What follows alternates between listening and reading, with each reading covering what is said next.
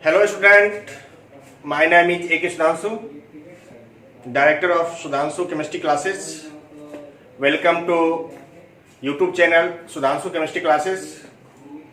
मैं solution chapter पढ़ा रहा था, तो सॉल्यूशन चैप्टर में आपको हम पिछले वीडियो में सॉल्यूशन का इंट्रोडक्शन पढ़ाए थे।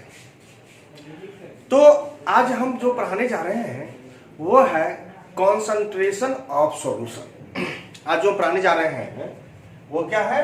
Concentration of solution.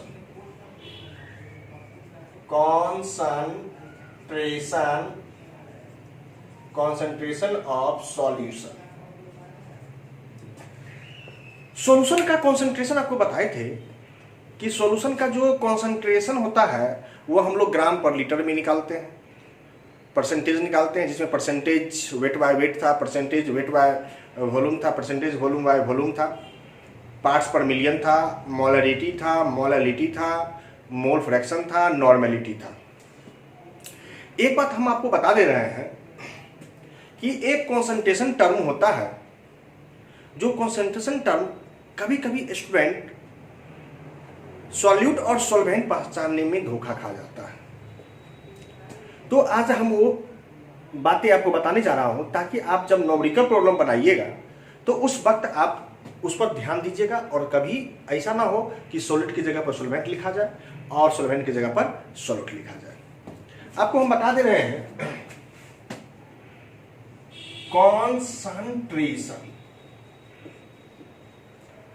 Concentration term किसका होना चाहिए? सॉल्यूशन का। ठीक है, कॉन्सेंट्रेशन टर्म के बारे में हम लोग जानने जा रहे हैं। ठीक है, तो कॉन्सेंट्रेशन टर्म अगर सॉल्यूशन का अगर हम जानने जा रहे हैं तो याद रहे कि सॉल्यूशन में एक सॉल्यूट पार्टिकल होता है और एक सॉल्वेंट होता है। सॉल्यूट और सॉल्वेंट दोनों को अगर हम मिलाते हैं तो क्या बनता है? सॉल्यूशन होता है। ठीक है, तो याद रहे कि सॉल्वेंट जो होगा, सॉल्वेंट, ये हमारा जो सॉल्वेंट है, ये सॉल्वेंट किस में रहता है? More in amount. More in amount solvent जो है मोर इन अमाउंट, मतलब सॉल्यूट पार्टिकल का जो अमाउंट होगा वह मोर देन होगा, मतलब ज्यादा होगा। देखिए, तो मोर इन अमाउंट। अब कभी कभी जो है आपको याद रहे कि जैसे आपको 98 ग्राम H2SO4, 98 ग्राम सल्फ्यूरिक एसिड है और 54 ग्राम वाटर है। ठीक है, 98 ग्राम सल्फ्यूरिक एसिड है और 54 ग्राम क्या है? यहाँ पे वाटर है। अब हम कल बताए थे आपको कि जो लेस अमाउंट में होता है उसको हम लोग सॉलिड पार्टिकल कहते हैं और जो मोर अमाउंट में होता है उसको हम लोग सॉल्वेंट पार्टिकल्स कहते हैं। तो लेकिन यहां पर आप देखिएगा कि यहां पर अगर 98 ग्राम सल्फ्यूरिक एसिड है और 54 ग्राम अगर वाटर है तो आप कहोगे कि सर ये मोर अमाउंट में है और ये लेस अमाउंट में है, तो मोर अमाउंट वाले ये हमारा सॉल्वेंट होगा और ये सॉल्यूट होगा? तो नहीं। याद रखना कि सॉल्यूशन का जो कॉन्सेंट्रेशन टर्म होगा वो नंबर ऑफ मोल्स में निकाल के देखा जाएगा। ठीक है ना, नंबर ऑफ मोल्स में हम लेस अमाउंट और मोर अमाउंट देखेंगे, लेस अमाउंट और मोर अमाउंट में देखेंगे कि अगर जिसका number of moles less amount में होगा वह सॉल्यूट पार्टिकल होगा और जिसका number of moles more amount में होगा वो सॉल्वेंट पार्टिकल होगा। तो यहां देखिएगा 98 ग्राम सल्फ्यूरिक एसिड ये कभी सॉल्वेंट पार्टिकल नहीं हो सकता है। ठीक है ना, यही सॉल्वेंट पार्टिकल होगा। अब बताओ कि कैसे? तो हम बताएं कि याद रखना कि अभी बताएं कि कॉन्सेंट्रेशन टर्म जो होगा वो किस में निकाला जाएगा? तो number of moles. Concentration term number of moles में देखा जाएगा। ठीक है, कॉन्सेंट्रेशन टर्म जो है वो किस में देखा जाता है? नंबर ऑफ मोल्स में देखा जाता है। तो नंबर ऑफ मोल्स, अब देखो इसका सल्फ्यूरिक एसिड का number of moles of H2SO4। तो नंबर ऑफ मोल्स निकालने का आपको फॉर्मूला बताए होंगे। फॉर्मूला क्या होता है? याद करो, नंबर ऑफ मोल्स वाला फॉर्मूला क्या होता है? Mass in given gram, mass in given gram by molecular mass. जो मास गिवन रहेगा वो, और उसके मोलिकुलर मास से क्या करेंगे, डिवाइड कर देते हैं, तो हमको नंबर ऑफ मोल्स निकलता है। ठीक है ना।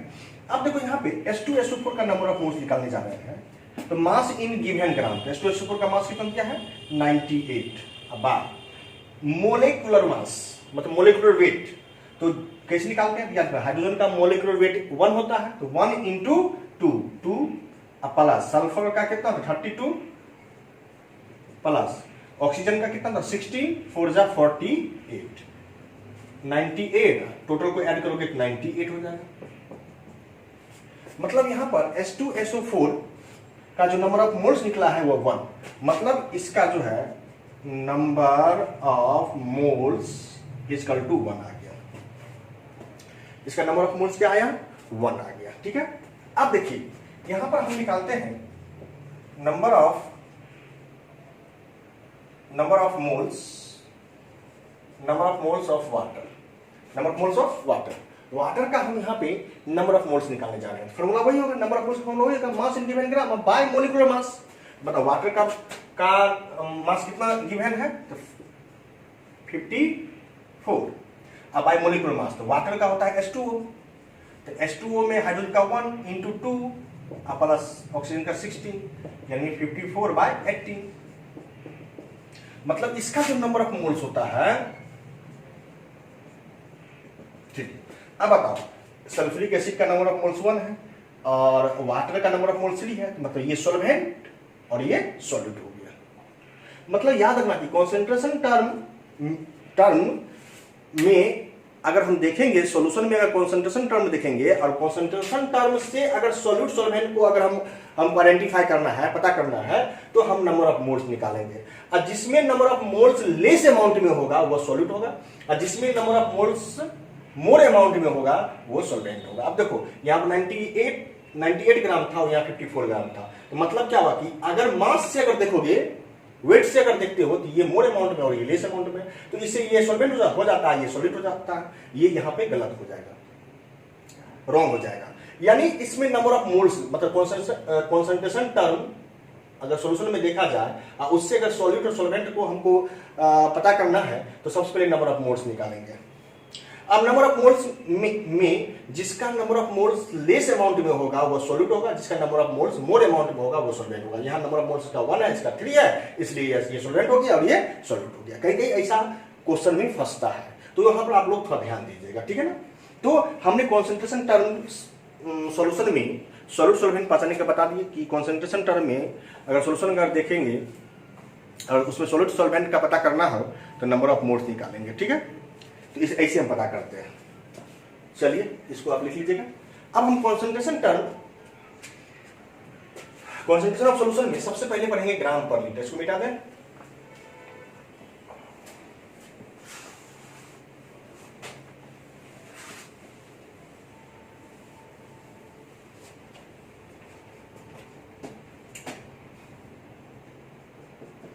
सबसे पहले हम लोग पढ़ेंगे ग्राम पर लीटर, ठीक है। इसका जो सिंबल होता है इसे ग्राम पर लीटर, ठीक है। इसका डिफिनेशन देखो तुरंत याद हो जाएगा, ठीक है ना। अब देखो ग्राम पर लीटर, पर का मतलब होता है 1, पर का मतलब कितना होता है 1, और यहाँ क्या है लीटर। तो यहाँ यानी हम समझ जाएंगे कि 1 लीटर सॉल्यूशन में सॉल्यूट का जो अमाउंट होगा अगर वो ग्राम में निकल जाता है, समझ जाते हैं ग्राम पर लीटर होगा। ग्राम पर लीटर क्या होगा, जैसे ही ग्राम पर लीटर है तो पर मतलब 1 लीटर, मतलब 1 लीटर क्या होना चाहिए, सॉल्यूशन होना चाहिए। तो 1 लीटर सॉल्यूशन में सॉल्यूट का जो नंबर ऑफ अमाउंट जो है वह ग्राम में होना चाहिए। नंबर ऑफ अमाउंट किस में होना चाहिए, ग्राम में होना चाहिए। यानी इसका डेफिनेशन हो जाएगा कि amount of solute in gram present in 1 litre solution is known as gram per litre. Number of moles of solute, amount of solute in gram present in 1 liter solution is known as gram per litre. मतलब 1 litre solution में solute का जो amount होगा वो ग्राम में जो भी है, चाहे वह 10 ग्राम हो, 20 ग्राम हो, 30 ग्राम हो, जितना भी हो, लेकिन ग्राम में होना चाहिए। और वह कितना में होना चाहिए, तो 1 लीटर सॉल्यूशन में होना चाहिए, ठीक है। तो ग्राम पर लीटर का डिफरेंस हो जाएगा, हम लोग लिखेंगे यहाँ पे amount of solute in gram present in 1 liter solution is called gram per litre. देखो यानी क्या हुआ कि 1 लीटर सॉल्यूशन में सॉल्यूट का अमाउंट किसमें, ग्राम में, समझ जाएंगे ग्राम पर लीटर हो गया। ठीक है, अब देखिए ग्राम पर लीटर निकालेंगे कैसे, सब ध्यान दो। ग्राम पर लीटर निकालेंगे कैसे, तो ग्राम पर लीटर निकालने के लिए हमने क्या करेंगे, ऊपर में सॉल्यूट का मास लिखेंगे, मतलब यहां पे ऊपर में मास ऑफ सॉल्यूट, मतलब ऊपर में सॉल्यूट का मास दे देना है, उसको डिवाइड कर देना है volume of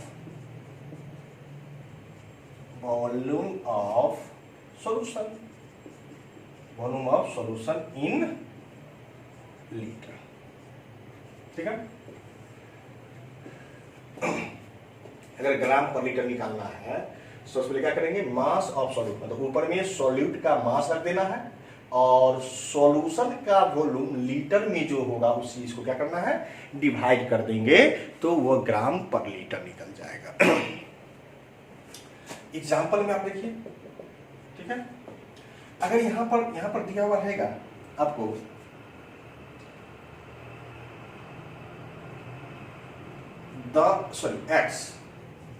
x gram per litre NaCl, ठीक है, x ग्राम पर लीटर NaCl, तो हम क्या समझेंगे, जब ये x ग्राम पर लीटर NaCl है तो समझ आएंगे it means x gram per litre NaCl है, तो इसका जो मीनिंग होगा, जब ये ग्राम पर लीटर का मतलब समझ आएंगे कि ये 1 लीटर सोल्यूशन होगा, तो यहां पर हम समझ जाएंगे कि x ग्राम ऑफ NaCl जो होगा, x ग्राम ऑफ क्या, NaCl जो होगा, और ये NaCl हमारा सॉल्यूट होगा। ठीक है, तो x gram of NaCl present in 1 litre solution, मतलब ये x ग्राम जो है NaCl वो 1 लीटर सॉल्यूशन है, इसका मीनिंग होगा। जैसे अगर 5 ग्राम पर लीटर H2SO4 है, तो इसका भी मीनिंग होगा, जैसे ही 5 ग्राम पर लीटर समझ आएंगे कि 5 gram of sulphuric acid present in 1 litre solution. नहीं, अगर मान लो यहां पे अगर आपको दिया हुआ गिवन रहेगा कि 2 ग्राम पर लीटर यूरिया, 2 ग्राम पर लीटर यूरिया, तो इट मींस इसका भी मीनिंग क्या हुआ, जब 2 ग्राम पर लीटर है, समझ आएंगे कि 2 ग्राम ऑफ यूरिया जो होगा, 2 ग्राम ऑफ यूरिया जो होगा वो प्रेजेंट इन 1 लीटर सोल्यूशन। जब ये ग्राम पर लीटर है, समझ आएंगे वहां 1 लीटर सोल्यूशन है ही, और जितना रहेगा ग्राम में उतना लिख देना है। ठीक है, तो ये आपको ग्राम पर लीटर का एग्जांपल है। ठीक है, इसको क्वेश्चन कैसे आता है, क्वेश्चन को दिखा देते हैं, इसको मिटा दें।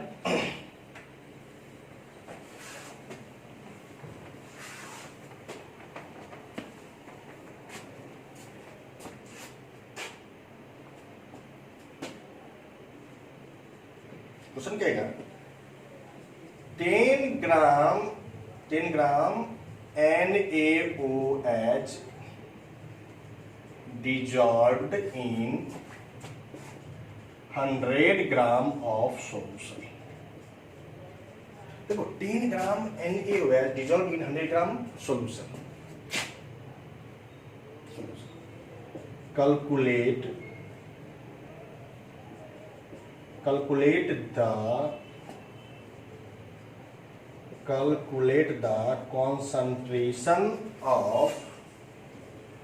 Calculate the concentration of solution in gram per litre.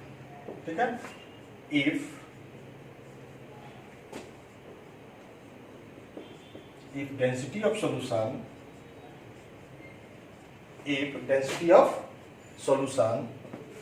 is 2 ग्राम पर ml। देखिए यहां पर ये क्वेश्चन क्या दिया हुआ है, थोड़ा ध्यान दीजिएगा। अब कह रहा है कि यहाँ पे कि 10 ग्राम NaOH dissolved in 100 gram of solution, मतलब 100 ग्राम सॉल्यूशन है जिसमें 10 ग्राम NaOH क्या है, उसमें डिजॉल्व्ड है, मतलब मिला हुआ है। ठीक है, समझ जाएंगे कि 100 ग्राम सॉल्यूशन है जिसमें 10 ग्राम NaOH है। अब कह रहा है कि अब इसमें जो है, मतलब इस सॉल्यूशन में calculate the concentration of solution in gram per litre, मतलब इसमें जो है हमको सॉल्यूशन का कॉन्सेंट्रेशन निकालना है, किसमें, ग्राम पर लीटर में। सॉल्यूशन का कॉन्सेंट्रेशन निकालना है किसमें, ग्राम पर लीटर में। अब कहता है कि if density of solution is 2 ग्राम पर ml। अब कहता है कि यदि सॉल्यूशन का जो डेंसिटी जो होगा वो 2 ग्राम पर ml दिया हुआ है। आप कहोगे कि सर हमको तो यहाँ ग्राम पर लीटर निकालना है, तो ग्राम पर लीटर निकालने के लिए हमको चाहिए सॉल्यूट का मास ऊपर में और नीचे में क्या चाहिए, सॉल्यूशन का वॉल्यूम चाहिए, लेकिन वो भी किस में चाहिए, लीटर में। मतलब दो ही चीज हमको चाहिए, एक चाहिए सॉल्यूट का मास और एक चाहिए सॉल्यूशन का वॉल्यूम लीटर में चाहिए। अब इसको हम कैसे करेंगे, थोड़ा यहां पर दिमाग लगाना होगा। आइए हम इसका सॉल्यूशन करते हैं। तो आइए 10 ग्राम NaOH है और 100 ग्राम सॉल्यूशन है, तो सॉल्यूशन का मास दिया हुआ है, यानी ये सॉल्यूट हो गया और ये सॉल्यूशन हो गया। तो हम यहां पर समझ जाएंगे कि मास ऑफ सॉल्यूट कितना दिया हुआ है, 10 ग्राम। ठीक है, और मास ऑफ सॉल्यूशन कितना दिया हुआ है, 100 ग्राम। मास ऑफ सॉल्यूशन कितना दिया हुआ है, 100 ग्राम दिया हुआ है। ठीक है, अब इसमें और भी दिया हुआ है कि इसमें ग्राम पर लीटर निकालना है, क्वेश्चन में यहां तक। और फिर कहता है डेंसिटी ऑफ सॉल्यूशन, मतलब यहां हमको डेंसिटी ऑफ सॉल्यूशन का दिया हुआ है कितना, 2 ग्राम पर ml। यहां पर सॉल्यूशन का डेंसिटी दिया हुआ है। ठीक है, अब देखिए ग्राम पर लीटर निकालने के लिए चाहिए हमको सॉल्यूट का मास, जो ये है मास ऑफ सॉल्यूट है, मास ऑफ सॉल्यूट है, लेकिन वॉल्यूम ऑफ सॉल्यूशन है नहीं, क्योंकि सॉल्यूशन का मास ऑफ सॉल्यूशन है और डेंसिटी दिया हुआ है। अब उससे हमको सॉल्यूशन का वॉल्यूम निकालना है, सॉल्यूशन का वॉल्यूम निकालना है। तो आप लोग एक फार्मूला जानते होंगे कि डेंसिटी बराबर होता है मास बाय वॉल्यूम। याद कीजिए, डेंसिटी बराबर क्या होता है, मास बाय वॉल्यूम। तो वॉल्यूम बराबर क्या होगा, वॉल्यूम बराबर मास बाय डेंसिटी। नहीं तो आप यहां पर लिखेंगे, V से वॉल्यूम होता है, यहां पर लिखेंगे ना कि volume of solution in litre, volume of solution in litre, मतलब सॉल्यूशन का वॉल्यूम हम लीटर में निकालने जाएंगे तो बस वही होगा। जब ये वॉल्यूम का फॉर्मूला होगा तो मास ऑफ डेंसिटी, तो सॉल्यूशन का हम वॉल्यूम निकालने जा रहे हैं, तो यहां पर लिखेंगे मास ऑफ सॉल्यूशन। क्या लिखेंगे यहाँ पे, मास ऑफ सॉल्यूशन। अब बाय डेंसिटी है, तो यहां सॉल्यूशन का निकालने जा रहे हैं, इसलिए लिखेंगे यहां पर density of solution, density of solution. अब निकाल लेते हैं। ठीक है, density of solution, the mass of solution जो है कितना है, मास ऑफ सॉल्यूशन कितना दिया हुआ है, 100 ग्राम। बाय डेंसिटी ऑफ सॉल्यूशन कितना दिया हुआ है, देखो डेंसिटी ऑफ सॉल्यूशन कितना दिया है, 2 ग्राम पर ml। ग्राम ग्राम कट जाएगा, यानी कितना हो गया, 50 ml में है। देखो यहां ml, तो इसको क्या करेंगे, 1000 से डिवाइड करेंगे, लीटर हो जाएगा। कितना होगा, 1/20, मतलब सॉल्यूशन का वॉल्यूम जो है लीटर में कितना हो गया, 1/20 हो गया। अब निकाल दो यहां से, यहां पर हम निकाल देते हैं। अब यहां पे हमको ग्राम पर लीटर निकालना है, देखो ग्राम पर लीटर निकालना है, तो मास ऑफ सॉल्यूट, तो मास ऑफ सॉल्यूट कितना दिया हुआ है, 3 ग्राम। अब बाय वॉल्यूम सॉल्यूशन लीटर, तो वॉल्यूम सॉल्यूशन कितना दिया हुआ है, 1/20 लीटर, तो ये जाएगा ऊपर, यानी 200 ग्राम पर लीटर आंसर हो जाएगा, 200 ग्राम पर लीटर आंसर होगा। मुझे उम्मीद है कि आप लोग समझ गए होंगे क्वेश्चन को। ठीक है ना, थोड़ा कॉन्सेप्ट है और इसको थोड़ा ध्यान रखिएगा तो हमको लगता है कि अच्छे से आप बना सकते हैं। चलिए यहां तक आप लिख लीजिएगा।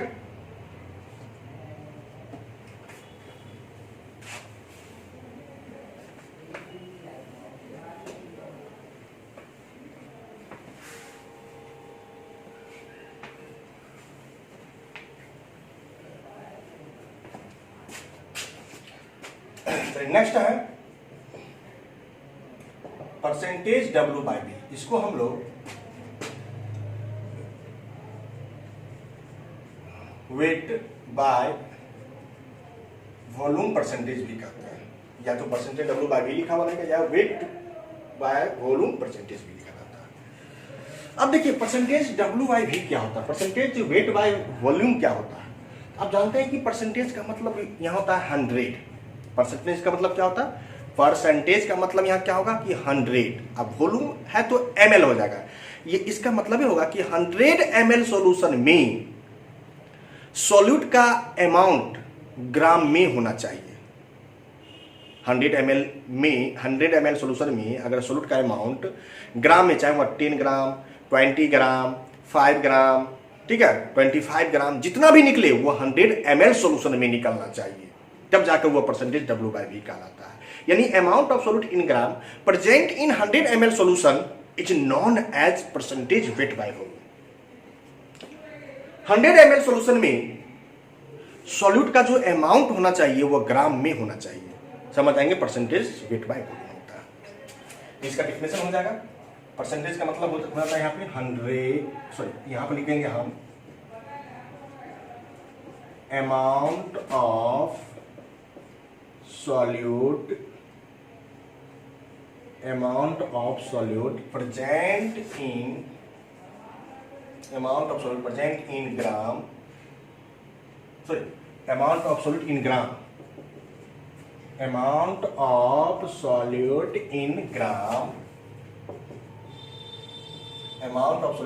present in 100 milliliter solution is called percentage weight by volume। देखो amount of solute in gram present in 100 ml solution is called percentage W by V। मतलब क्या हुआ कि 100 ml सॉल्यूशन में प्रेजेंट होना चाहिए सॉल्यूट का अमाउंट ग्राम में, चाहे वह 10 ग्राम 20 ग्राम 25 ग्राम, जितना भी ग्राम में होना चाहिए वो सिर्फ और सिर्फ प्रेजेंट होना चाहिए 100 ml सॉल्यूशन में। कितना होना चाहिए, 100 ml सॉल्यूशन में होना चाहिए। नहीं तो एग्जांपल के लिए आपको हम बताते हैं। आपको कहेगा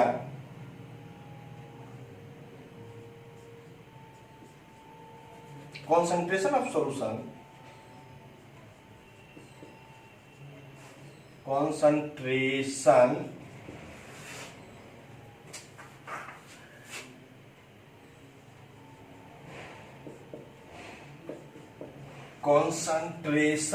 of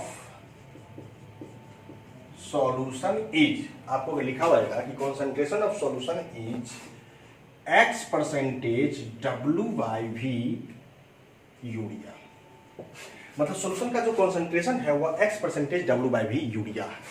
तो इसको हम लोग कैसे लिखेंगे, देखो जैसे ही x percentage W by V urea है तो परसेंटेज का मतलब क्या होता है 100। आपको बताए थे जब ये परसेंटेज W बाई V है तो समझ जाएंगे कि 100 ml सॉल्यूशन होगा, और उस 100 ml सॉल्यूशन में यूरिया कितना हो जाना चाहिए, x ग्राम हो जाना चाहिए। यानी समझ जाएंगे कि यहाँ पर कि x ग्राम ऑफ यूरिया जो होगा, x percent W by V का मीनिंग क्या होगा, x gram of urea present in 100 ml solution. ठीक है, इसे अगर 2% W by V NaOH लिखा हुआ रहेगा, गिवन रहेगा, समझ जब ये 2% W by V NaOH है, जब ये परसेंटेज W by V है समझ आएंगे कि 100 ml सॉल्यूशन में ही कोई सॉल्यूट पार्टिकल होगा। जब परसेंटेज W by V है तो 100 ml सॉल्यूशन तो है ही, जिसमें NaOH कितना है 2 ग्राम है। तो यहाँ पर लिखना पड़ेगा कि 2 gram of NaOH, 2 gram of NaOH present in 100 ml solution। ठीक है, अगर यहाँ पर 5% W/V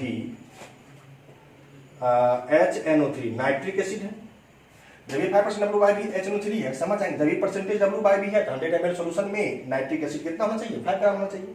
समझ आएंगे यहाँ पर कि 5 gram of nitric acid present in 100 ml solution.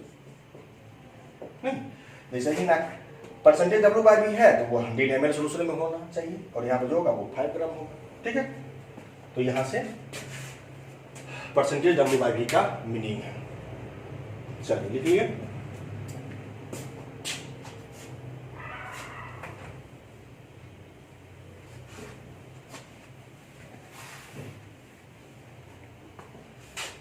अब देखिए हमको परसेंटेज W/V कैसे कैलकुलेट करेंगे। परसेंटेज W/V कैलकुलेट करना है तो कैसे करेंगे, ठीक है। देखो परसेंटेज W/V कैलकुलेट करने के लिए ये वेट है और ये वॉल्यूम है, यानी ऊपर में हम लोग मास ऑफ सॉल्यूट का मास रखेंगे, और फिर नीचे में volume of solution in ml millilitre. ठीक है, जब ये परसेंटेज W/V है, अगर जब ये परसेंटेज W/V अगर निकालना हो, सबसे पहले हम सॉल्यूट का मास निकाल लेंगे, अब फिर सॉल्यूशन का वॉल्यूम निकालना होगा मिलीलीटर में, उससे डिवाइड कर देंगे तो समझ आएंगे परसेंटेज W/V है। याद रहे, परसेंटेज W/V निकालने के लिए अगर आप कैलकुलेट करने के लिए कहेगा तो सबसे पहले सॉल्यूट का मास ऊपर में रखेंगे, फिर सॉल्यूशन का वॉल्यूम मिलीलीटर से उसको क्या करेंगे, डिवाइड कर देंगे, और फिर 100 से मल्टीप्लाई कर देंगे। ठीक है, तो हमको परसेंटेज W/V निकल जाएगा। ठीक है, अब देखिए एक क्वेश्चन आपको समझा रहे हैं, यहां पर कहेगा आपको 30 ग्राम यूरिया डिजॉल्व्ड इन 2 लीटर सॉल्यूशन। ठीक है, अब क्या है, 30 gram urea dissolved in 2 litre solution. Calculate the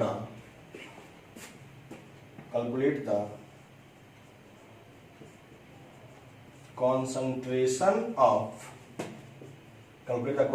of solution in percentage W/V।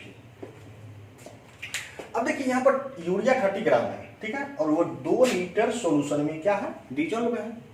अब यूरिया 30 ग्राम है और वो 2 लीटर सॉल्यूशन में अगर वो डिजॉल्व है, अब उसके बाद कर रहा है कि कैलकुलेट करना है सॉल्यूशन का कॉन्सेंट्रेशन किसमें, तो परसेंटेज W/V में हमको कैलकुलेट करना है।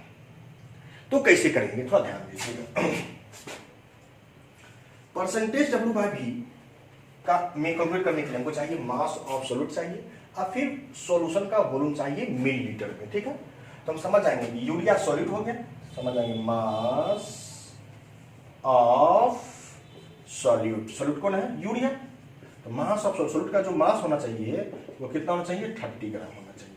ठीक है, अब 2 लीटर सॉल्यूशन है, तो समझ जाएंगे कि यहाँ पर जो हमारा वॉल्यूम ऑफ सॉल्यूशन का जो वॉल्यूम होगा वो कितना है, 2 लीटर है। तो हमको चाहिए किसमें, मिलीलीटर में। इतना ध्यान रखना चाहिए, क्या चीज चाहिए, मिलीलीटर में चाहिए। तो लीटर को मिलीलीटर में चेंज करने के लिए क्या करेंगे, 1000 से मल्टीप्लाई करेंगे, 2 लीटर इज इक्वल टू 2000, ये मिलीलीटर हो गया। ठीक है, अब हम percentage W/V is equal to लिखेंगे मास ऑफ सॉल्यूट, तो मास ऑफ सॉल्यूट कितना है, 30 ग्राम है, by volume of solution in m millilitre, तो वॉल्यूम ऑफ सॉल्यूशन मिलीलीटर कितना है, 2000 इंटू क्या करेंगे, 100। अब देखो 1 ये से कट जाएगा, इससे ये कट जाएगा, कितना हुआ, 3/2 हो जाएगा, यानी 1.5% वेट बाय वॉल्यूम आंसर होगा।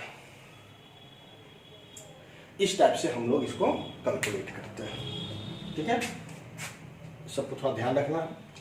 चलिए परसेंटेज W/V हो गया।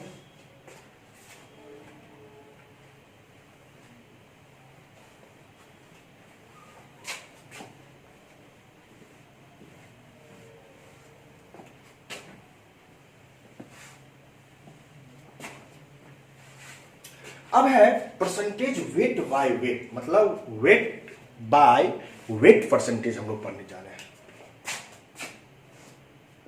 परसेंटेज वेट बाय वेट मतलब परसेंटेज डब्ल्यू बाय डब्ल्यू, इसको हम लोग वेट बाय वेट परसेंटेज भी लिखते हैं, ठीक है। अब देखिए परसेंटेज का तो मीनिंग हम लोग जान रहे हैं कि परसेंटेज तो 100, तो ऊपर में भी वेट है नीचे में भी वेट है, यानी 100 ग्राम ही होगा। तो इसमें 100 ग्राम सॉल्यूशन लेना होगा और उसमें सॉल्यूट का जो अमाउंट होना चाहिए वो भी ग्राम में होना चाहिए। 100 ग्राम सॉल्यूशन में सॉल्यूट का अमाउंट अगर ग्राम में हो तो परसेंटेज वेट बाय वेट कहलाता है। यानी amount of solute in gram present in 100 gram of solution is known as percentage weight by weight. और परसेंटेज वेट बाय वॉल्यूम में क्या था, 100 ml सॉल्यूशन था और यहाँ 100 ग्राम सॉल्यूशन है, इसको थोड़ा याद रखना। इसका डेफिनेशन क्या होगा, इसका डेफिनेशन होगा amount of solute in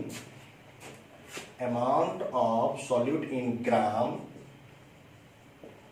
amount of solute in gram present in 100 gram of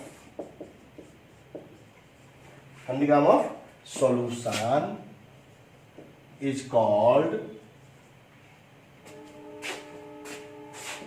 percentage weight by weight, is called percentage weight by weight, ठीक है। जैसे मान लेते हैं कि अगर x percentage weight by wait है तो x percentage weight by wait अगर यहाँ पे हम लोग कैल्शियम कार्बोनेट रख देते हैं तो इट मीन्स, इसका मीनिंग क्या होगा, परसेंटेज वेट बाय वेट मतलब समझ जाएंगे। जब ये परसेंटेज वेट बाय वेट है 100 ग्राम सॉल्यूशन फिक्स है, नहीं तो 100 ग्राम सॉल्यूशन जो है वह x ग्राम कैल्शियम कार्बोनेट को रख रहा है। 100 ग्राम सॉल्यूशन में कैल्शियम कार्बोनेट कितना है, x ग्राम है। तो यानी हम इसको कैसे लिखेंगे कि x gram of calcium carbonate dissolved in 100 gram solution. समझ जाएंगे जैसे ही x% कैल्शियम कार्बोनेट है, समझ जाएंगे कि 100 ग्राम सॉल्यूशन में x ग्राम कैल्शियम कार्बोनेट क्या है, डिजॉल्व्ड है, यानी प्रेजेंट है। जैसे मान लो कि अगर 2% वेट बाय वेट HCl है, मतलब हाइड्रोजन क्लोराइड है, 2% W by W hydrogen chloride है, और इसका मतलब परसेंटेज W बाय W है। तो 100 ग्राम सॉल्यूशन में जो है HCl कितना डिजॉल्व है, 2 ग्राम डिजॉल्व है।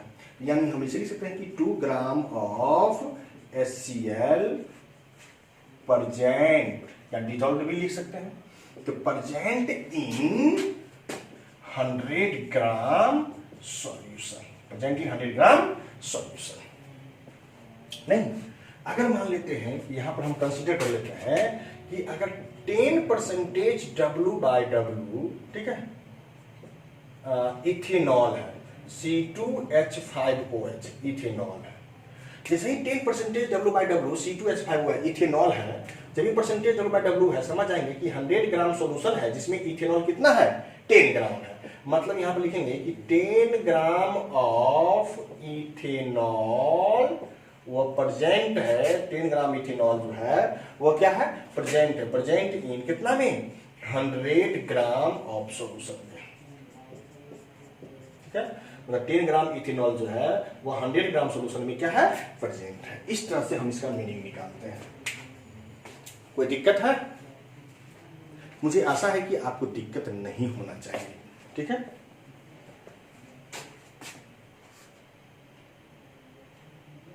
इसको मिटा दें।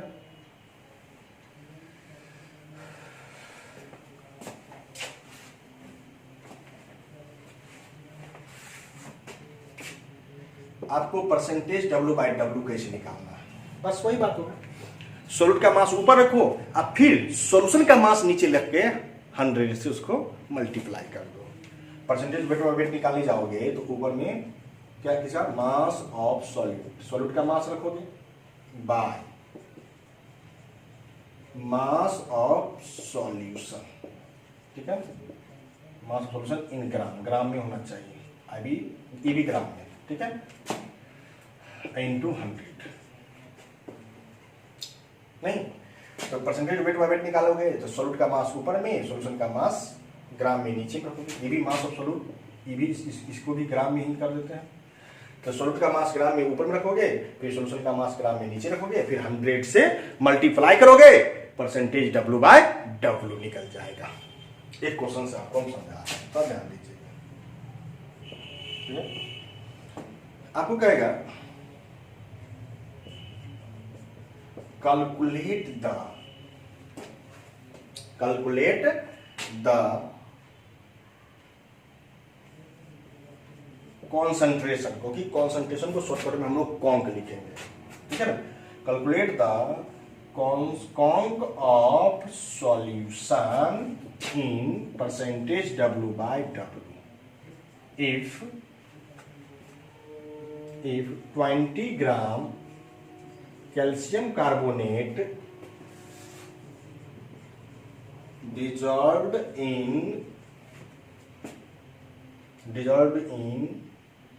1 kg solution। अब इसको कैसे निकालना है तो ध्यान दो। हमको कैलकुलेट करना है सॉल्यूशन का कॉन्सेंट्रेशन किसमें, परसेंटेज W बाय V में, जिसमें 20 ग्राम कैल्शियम कार्बोनेट जो है वह 1 kg सॉल्यूशन में डिजॉल्व है। तो परसेंटेज W बाय, देखो परसेंटेज W बाय W निकालने का फॉर्मूला क्या होता है, सॉल्यूट का मास हम ग्राम में लेंगे, फिर सॉल्यूशन का मास भी ग्राम में लेंगे और दोनों को डिवाइड करेंगे और 100 से मल्टीप्लाई करेंगे। तो यहाँ पर 20 ग्राम कैल्शियम कार्बोनेट क्या है, सॉल्यूट है। तो यानी हम लिखेंगे मास ऑफ सॉल्यूट, तो mass of solute calcium carbonate है, तो मास ऑफ सॉल्यूट जो होगा वह 20 ग्राम है। मास ऑफ सॉल्यूट जो है वो क्या है, 20 ग्राम है, ठीक है। अब यहां पर लिखेंगे मास ऑफ सॉल्यूशन 1 kg है, लेकिन हमको ग्राम में लेना है, 1 kg इक्वल टू 1000 ग्राम, ठीक है। अब परसेंटेज W बाय W निकालना हो तो सबसे पहले सॉल्यूट का मास ग्राम में निकालेंगे। सॉल्यूट का मास ग्राम में कितना दिया हुआ है, 20 ग्राम दिया हुआ है।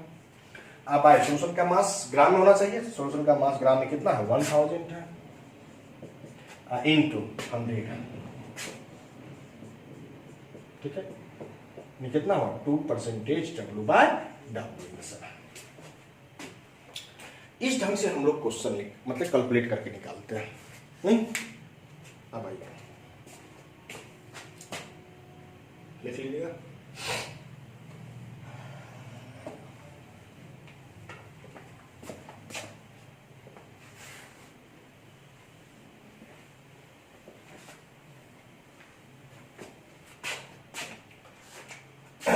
परसेंटेज V बाय V, ठीक है। परसेंटेज वॉल्यूम बाय वॉल्यूम पढ़ने जा रहे हैं, ठीक है।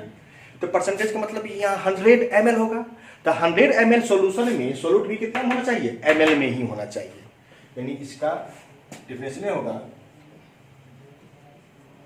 Amount of solute in millilitre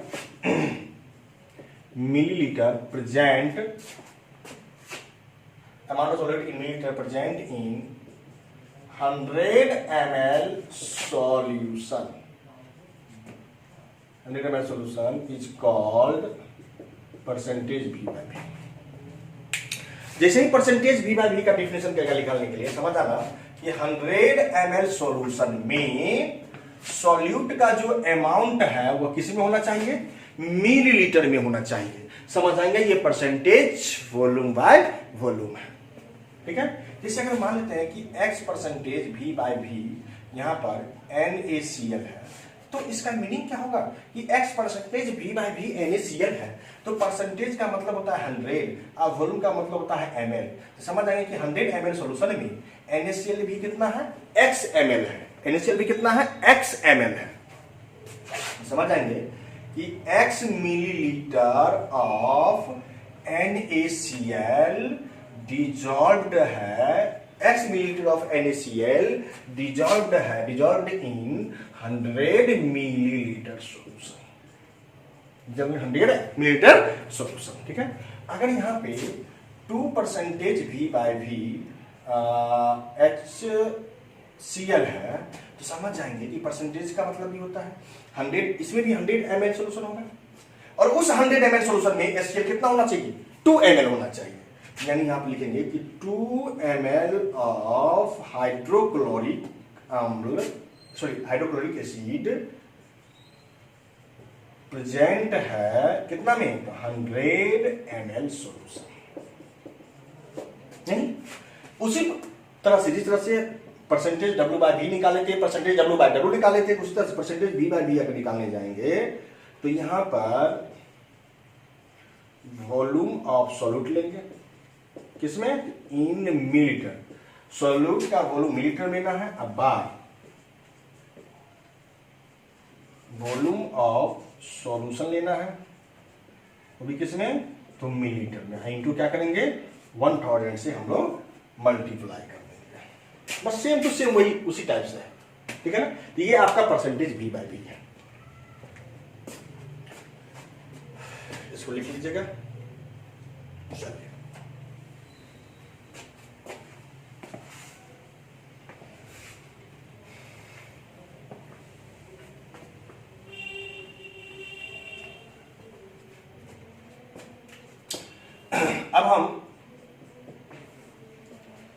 अब हम जो पढ़ने जा रहे हैं वो है पार्ट्स पर मिलियन। क्या है, parts per million. Parts per million, इसको हम लोग शॉर्टकट में PPM कहेंगे। हम शॉर्टकट में क्या कहेंगे, PPM, पार्ट्स पर मिलियन। अब पता मिलियन कितना होता है, 10⁻6। 1 मिलियन बराबर 10⁻6। बताओ यहां पर मतलब 1 मिलियन, तो 1 मिलियन में 10⁻6 ग्राम होगा, याद रखना। तो यानी यहां पर हो जाएगा, जब ये कहेगा कि पार्ट्स पर मिलियन है तो समझ आएंगे कि 10⁻6 ग्राम सॉल्यूशन है, जिसमें सॉल्यूट का जो अमाउंट होगा ग्राम में, मतलब amount of solute in gram present in 10⁻6 gram of solution is known as parts per million. मतलब सॉल्यूट का जो अमाउंट ग्राम में होगा वह 10⁻6 ग्राम सॉल्यूशन में होगा, तब वह पार्ट्स पर मिलियन होगा, ठीक है। यानी हम समझ जाएंगे, इसका डेफिनेशन हो जाएगा अमाउंट ऑफ सॉल्यूट इन ग्राम,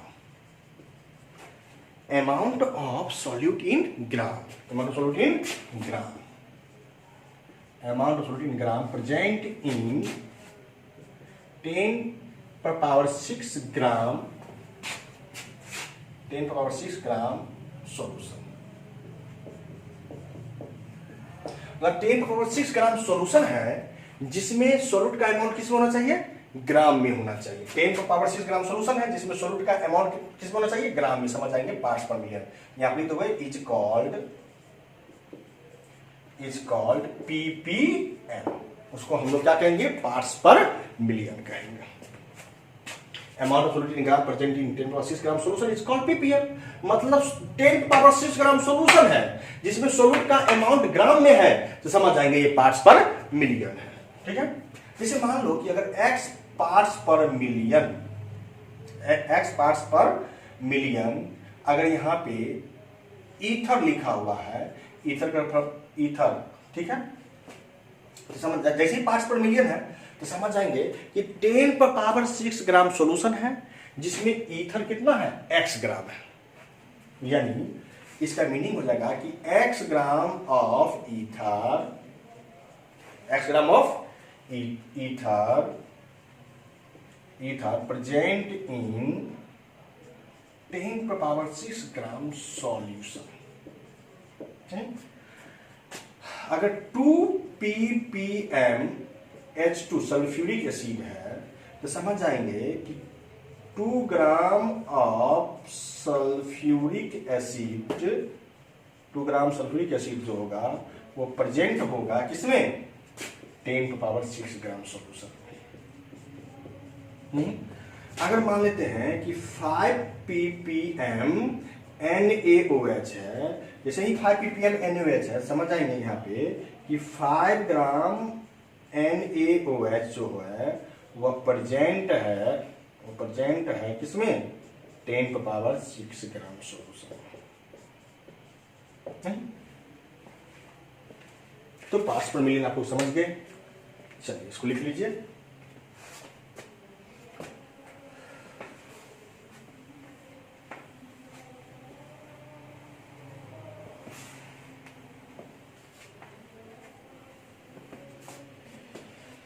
अब आइए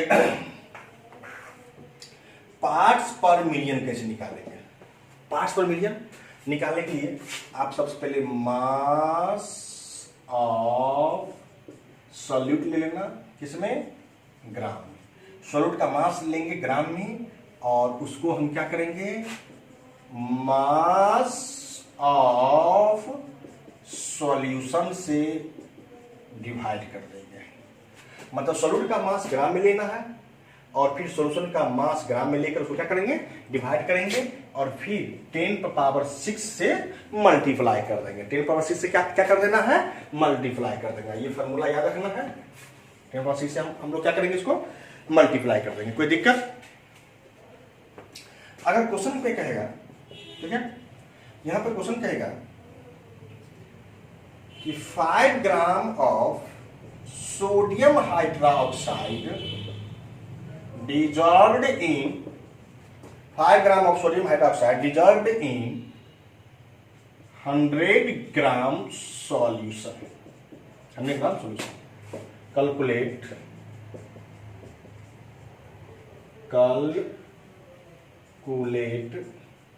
the conc of solution, parts per million। Parts per million. तो हम लोग कैसे निकालेंगे, देखो। तो सबसे पहले इसमें मास ऑफ सॉल्यूट का मास ले लेंगे। बताओ सॉल्यूट कौन है, सोडियम हाइड्रोक्साइड। तो सोडियम हाइड्रोक्साइड का मास कितना दिया हुआ है, 5 ग्राम। फिर देखिए मास ऑफ सॉल्यूशन का मास कितना दिया हुआ है, 100 ग्राम। नहीं, अब हमको इसमें क्या निकालना है, पार्ट्स पर मिलियन। देखिए ये सॉल्यूट हो गया, सॉल्यूट का मास 5 ग्राम है, सॉल्यूशन का मास 100 ग्राम है। अब हमको पीपीएम निकालना है, कैलकुलेट का पीपीएम। तो पीपीएम निकालेंगे, क्या चाहिए, सॉल्यूट का मास चाहिए। सॉल्यूट का मास कितना दिया, 5 ग्राम। पी ऐसे लिखेंगे, ppm equal to 5 gram by solution का मास ग्राम में। सॉल्यूशन का मास ग्राम कितना, 100 ग्राम। 100 इंटू क्या करेंगे, 10⁻⁶ से डिवाइड कर देंगे। इसको काटोगे तो 4 आएगा, यानी 5 into 10⁻⁴ ppm, parts per million. इस तरह से हम लोग क्वेश्चन बनाएंगे। तो आज हम लोग ग्राम per litre, percentage weight by wait, percentage weight by volume, volume by volume, उसके बाद हम लोग पार्ट्स पर मिलियन पढ़ेंगे। तो अब हम नेक्स्ट क्लास में मोलैरिटी, मोल फ्रैक्शन और नॉर्मेलिटी सब की चर्चा करेंगे। तो आज की क्लास